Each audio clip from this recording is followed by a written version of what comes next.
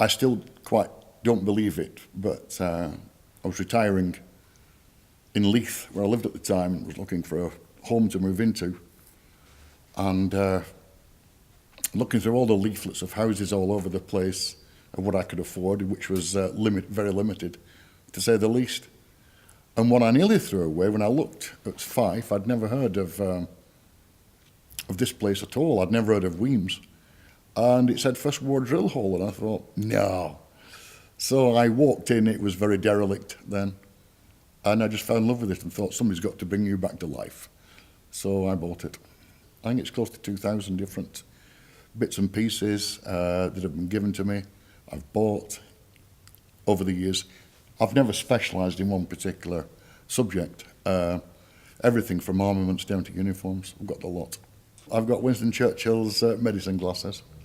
There was an old lady who bought them to me, who came to the door, and it was her great aunt who died, a lady called Betty, who had nursed him.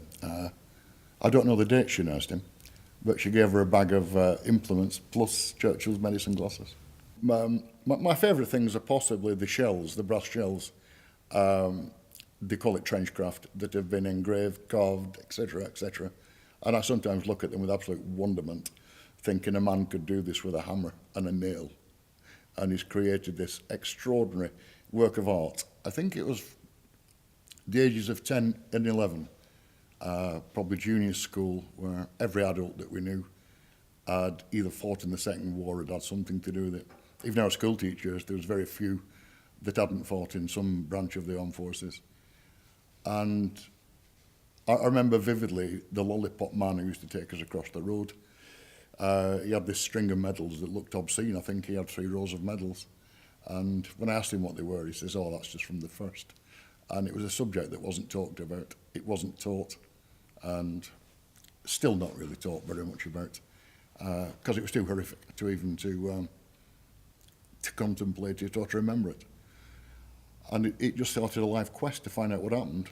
And even in my teens, I was trying to hunt a book, any book that would tell me about what had happened. And of the thousands and thousands of books that were written, they were all written by generals, civil servants, politicians, and it was extraordinarily difficult to find one that was written by a soldier from the front, somebody who'd actually been through it, who had a better view of it than possibly what the generals did.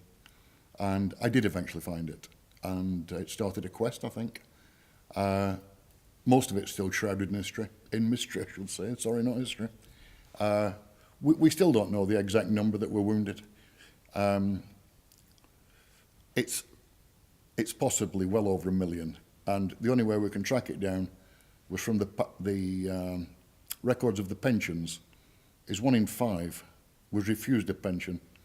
So if you collect the pensions together, which were hundreds of thousands, then multiply it by 5, and we just might have a clue of how many lads got injured or gassed in that war. All the wars are a waste of life. But just because you refuse to talk about it, it's not going to go away. And if you don't stand up, you will get thrown down. There's no easy answer to it. The losses of the Great War are the biggest this land's ever seen. And at the end of the day, nobody won. We didn't win. The Germans didn't win. We all lost. But if we hadn't have done it, we would most certainly have been subjugated.